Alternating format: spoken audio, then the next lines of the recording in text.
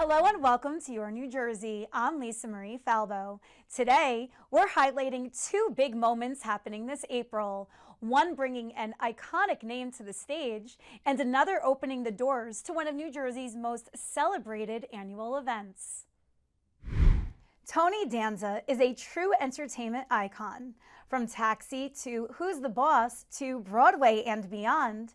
But now he's bringing something even more personal to the stage. His live show, Standards and Stories, blends timeless music with stories from his life. And it's coming right here to Morristown, New Jersey at the Mayo Performing Arts Center. And we're so excited to have him here with us today. Tony, thank you so much for joining us. Oh, it's my pleasure, Lisa. Thank you for that wonderful introduction. Well, as I mentioned to you off camera, just seeing your face, I had the Who's the Boss theme playing in my mind. As I was telling you, I have this organization in New York, these kids' teen acting program, and they did a choral version of it and presented it to me. It's incredible. And I think it's incredible that you give back in that way with that program. I think we're kidding ourselves if we think that, one day these kids are just going to wake up and say, okay, it's time to be well adjusted. They need some nurturing. And so we give them this something that they can really not only get interested in, but get passionate about. It's fantastic. I mean, I have a kid who, I'm riding high now. I have a kid, Daniel Hernandez, came to the program when he was 16. Didn't want to go to college, didn't want to act. He was not interested in acting. I said, what'd you come for? He says, well, it was free, and he thought acting, there might be some girls. I said, I like this kid. And he's now playing Romeo in Shakespeare in the Park in New York City. That is amazing. Is that how you caught the acting bug? The promise of good-looking girls at the classes? When I was in college, I mean, yeah, you want to take an acting class? Yeah. That's exactly why we did it. But like I said, he is a man after my own heart, but I'm so proud of him. I mean, we got him into SUNY Purchase. He graduated from the conservatory. As a kid, didn't want to go to college. He said, my father made a life for me and my family without going to college, and I want to do the same thing. And I said, well, that's great. I said, but we're going to try to get you in. So we got him in, and he finished at the conservatory and made his Broadway debut last year in Romeo and Juliet, and now he got the big part in the Park this summer. That is such an incredible story. One of many, incredible. I'm sure, that you have in your arsenal. But I want to hear about your latest Standards and Stories, because it's not really just a concert, it's a look into your life. What can audiences expect? Well, I think the best way I can really describe it, first of all, Standards and Stories, pretty self-explanatory. The Great American Songbook and a surprise. And stories, my stories. It really reminds me of, and it's sort of fashioned after the TV variety shows of the past, where you have a host and then you have a whole bunch of different acts. Well, in this show, I'm the host and all the acts. It's incredible. And, I want it to be a show. I want people to have a real, like a show experience. So it's not just singing, it's not just dancing, it's not just comedy, it's all of the above. There's some stuff that really means a lot to me in the show. I think you have to make a connection with the audience, and I open myself up for that with that. My mother helps a lot in the show. And it's just the most fun. And I have so much fun doing it. The more fun I have, the more fun they have. So it's just a lot of joy. Yeah, you're just feeding off each other. Is it vulnerable to share such personal stories out there to the public in this way? I guess so, but for the most part, it's been out there. It's not like everything's out. Everybody knows everything anymore, and I really, it's not like I do talk about my family, and I do talk about some career stuff and the shows and stuff, but I think that's the way you make a connection. Is that you do open yourself up, and it makes it funnier. By the way, it's all all trying to be funny. By the way, always trying to get a laugh. Hey, growing up Italian in the tri-state area, there's Falbo, lots of stories. Holy mackerel! Yeah. We got there's a couple of references to Italianism in the show. I'm sure, but the show has music, storytelling, even tap dancing. So how do you? Oh yes, and my secret weapon. Okay. My secret weapon. My secret. Well, first of all, my real secret weapon is I get the four greatest guys in the band you've ever heard. That you got to get good musicians. Trust me on this. So I got the four best you've ever heard, and they'll. Oh, it's amazing. And I play the ukulele, and what I try to do is I try to adapt the American songbook to the ukulele. So instead of 5'2", I'm doing guess I'll hang my tears out to dry. So it's a it's my surprise. It's one of my surprises. I have more. I have a bunch of surprises. Well, we can't wait to see the show in Morristown to learn more. But how do you physically and mentally prepare for such a grueling show like this? You know what? The show is the fun of it. It's the traveling. It's the putting it together. I think I might be the happiest I ever am when I'm up there, because it's like you know what it's like. It's like cooking. When you're chopping garlic, you really can't think of anything else. That's what it's like up there. It's very true. Yes, you're hyper focused on that. Yeah, you lose a finger. Come on, Well, you're gonna you mess lose a up, lot. you'll at least mess up your manicure. Exactly. Very, Right. very good point. But you've been at this at such a high level for decades, and you have so much energy. Where does that passion come from? Yeah, I used to be a fighter. I was a boxer for a while, and when you're a fighter, when you're a boxer, you always think the other guy could be in the gym training, so I better get in there and work out. So I try to stay in shape. I think that helps a lot. But I'm excited about this stuff. I love doing the show. I love singing with a band. Oh my goodness, but I'm excited about things. There's a line in the show that it rings true to me. I don't know where I came up with it, but it's that in order to be interesting, you have to be interested, and so I'm really interested. I really am. I think, especially as I get older, because I know the time is finite. It's limited. How much. How long can you do it? And so I want to see. Well, you're such a pop culture institution, especially to my age group, an elder millennial, right? With Who's the Boss. I'll give you a quick example about your impact on pop culture. I have a friend, Italian. Their kids are actually named Angela, Tony, and Samantha because of Who's the Boss. So when you hear of things like that, what does that feel like?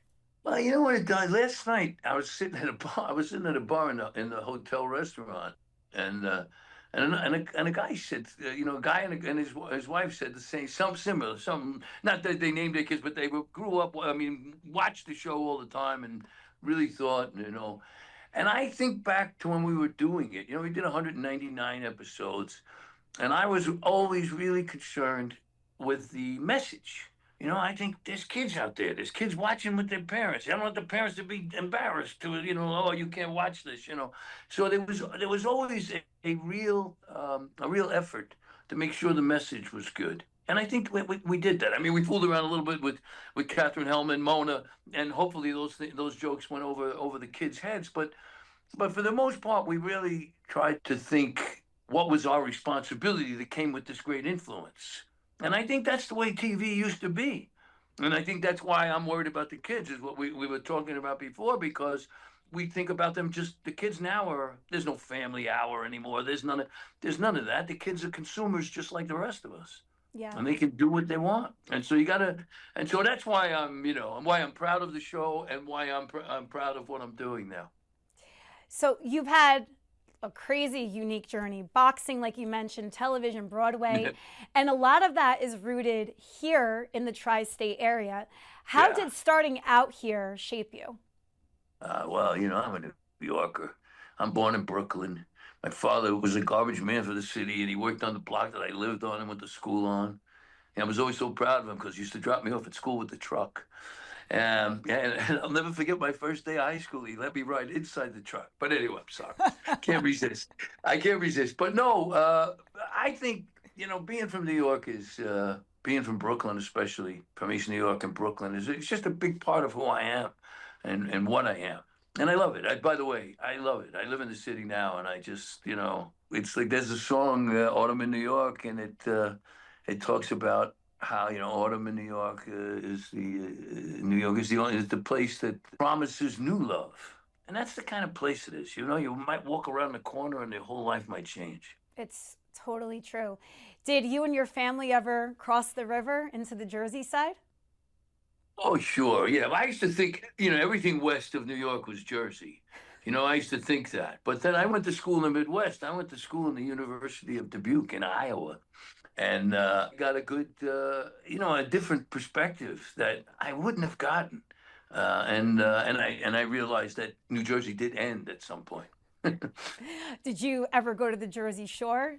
Oh, sure. I've been all around. Yeah, no, I've been all around. And my pals, Danny and DeVito, I have a lot of friends from New Jersey. So we have a constant back and forth about it. I love that. I love that. And performing in front of crowds here in New York and New Jersey, it's got to be a different energy you feel from the crowd. I'll give you a funny, it's funny you say that, but there's a moment in the show where I say, any Italians in the room? And, if you're here, there's going to be Italians. And then I have a joke. So I was in Utah. I was in Provo, Utah. They got to the spot and I got, any Italians in the joint? Not a peep. One lady, I think she wanted to say yes. She wanted to raise her hand, but she didn't want anybody else to know. It was one of those things. But to answer your question, yeah, it's great to be here. It's great I love to play the city. I play a lot at the Carlisle and I play a lot at 54 Below, and it's amazing to play. And first of all, how about walking to work? Which is great instead of having to go to the airport. But I just, this area is is where I want to be. Well, thank you for educating me because I've never left this area, so I just think everyone's Italian. So I didn't realize other parts of the country don't have that. Well, the truth of the matter is that there are only two kinds of people. There are Italians and those who want to be Italian. So, I think you were close. 100%. Well, when people leave your show, besides wanting to be Italian, if they're not, what do you hope they walk away feeling? I want them to say, wow, that was a good time. I want them to say, wow, that was a good show. You know what I mean? I don't want them to say, I sang all right. They told a couple of jokes. I want them to say, wow, that was like a whole show. And that's what we try to give them. Well, I have no doubt that's what you're going to give to Morristown in April. Tony Danza, Standards and Stories, coming to the Mayo Performing Arts Center in Morristown on April 18th, just a few days before Tony's birthday on April 21st. Oh, God. It's a big birthday, too. I don't want to go into it. I won't ask you, but you share a birthday with someone very special to me, April 21st. My mother, Marie Latino, who's watching. Yes, so maybe tell her happy birthday for me. Maybe she'll tell you in person that day. Maybe we'll come to the show and celebrate. Lisa, if you come to the show, please come say hello. Please Absolutely. come say hello. If you have us, okay? We will be there. We will go, and you better all get your tickets now at mayoarts.org. Tony, this has been so awesome. Congratulations on all of the continued success, and it's been Lisa, thank you. It's been great talking to you. Thank you. I appreciate it. Thank you so much. Rutgers University is opening its doors to the public for one of its biggest events of the year. Rutgers Day is a university-wide celebration happening across the New Brunswick campuses, bringing together hands-on experiences, live performances, food, and so much more for families and visitors of all ages. Joining us now with a closer look is Patty Kastner, Senior Director in the Office of Strategic Events and Programs at Rutgers University. Patty, welcome to the show. Thank you. Thank you for having me. I love your Rutgers red. Oh, thank you. Let's go. Had to represent, right? Absolutely. So for people who haven't attended before, what is Rutgers Day? Rutgers Day is the biggest community outreach event at the university. It happens annually at the last Saturday of April every year. This year will be April 25th from the hours of 10 a.m. to 4 p.m.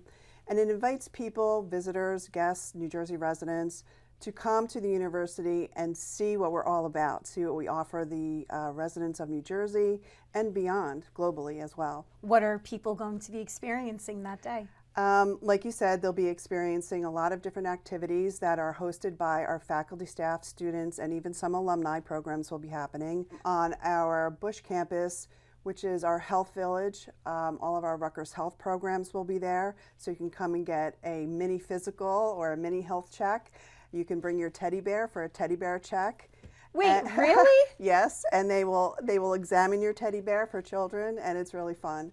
And also another fun kid activity on Bush is our Jello brain surgery. So an actual Rutgers Health surgeon will be on site, and kids can put on all of the garb, the scrubs, and actually do surgery on a Jello brain and try to remove certain things, and while the surgeon directs them through it. So it's really exciting.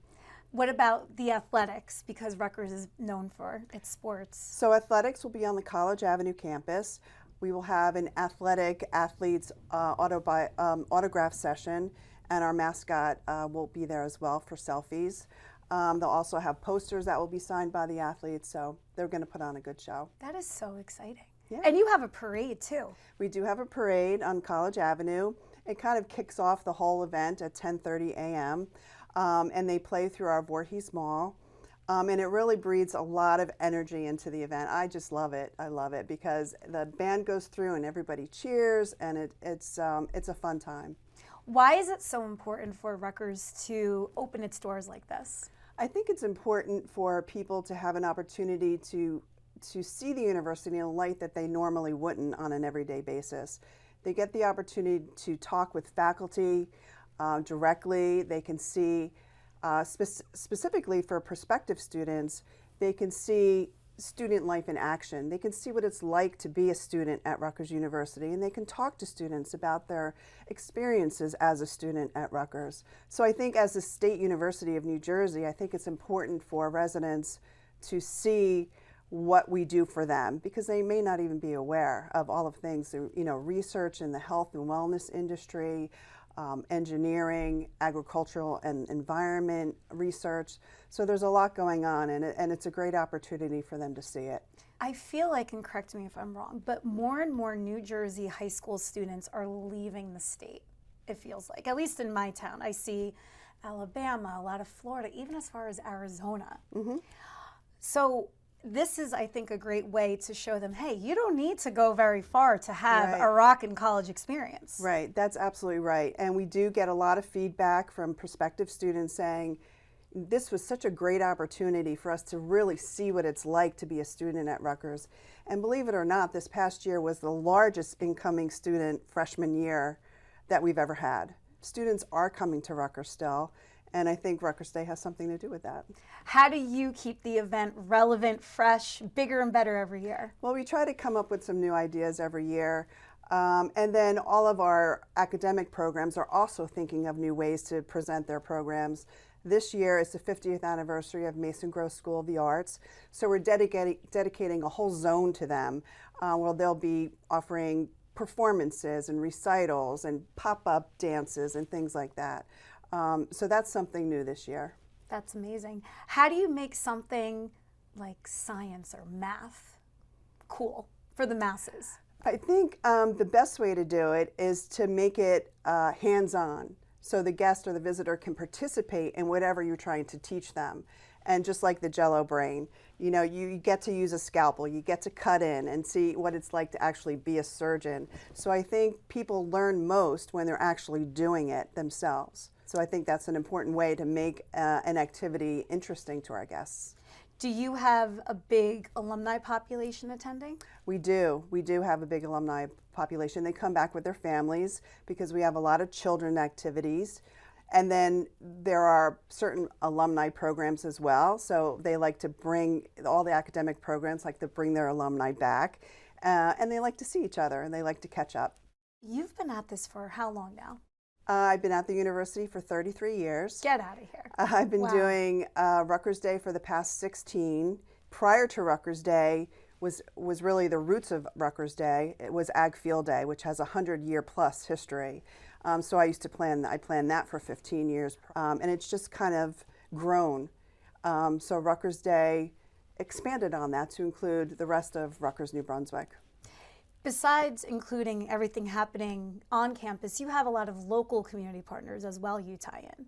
Yes, we do. We invite our local community partners in New Brunswick and Piscataway to participate, and they can come and table at the event and share their information with the visitors. Who are some of those companies? The New Brunswick Arts, New Brunswick City Center, We have the Piscataway Fire Department comes in with their truck, and the kids love that. The New Brunswick Public Library, and many others. What drives you to do this every year for a lot of years? A lot of years. I can't believe it's been 16 years. What drives me?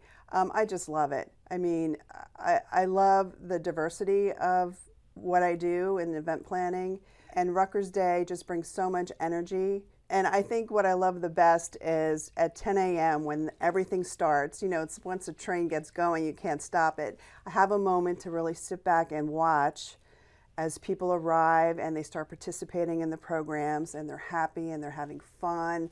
I think that's why I keep doing it every year. Do you think this helps sets Rutgers apart from all of the other universities here in the state? Oh, I do. I definitely do. Because really, what other university has 100,000 people come in a 6-hour period on a Saturday in April, you know, to see what we do and experience what Rutgers has to offer? I'll just give you a little taste of what's happening on every campus. So on our Cook Douglas campus will be agricultural related programs. So we have our animal shows. We'll have a Seeing Eye puppy dog show. The students will be demonstrating their animal showmanship.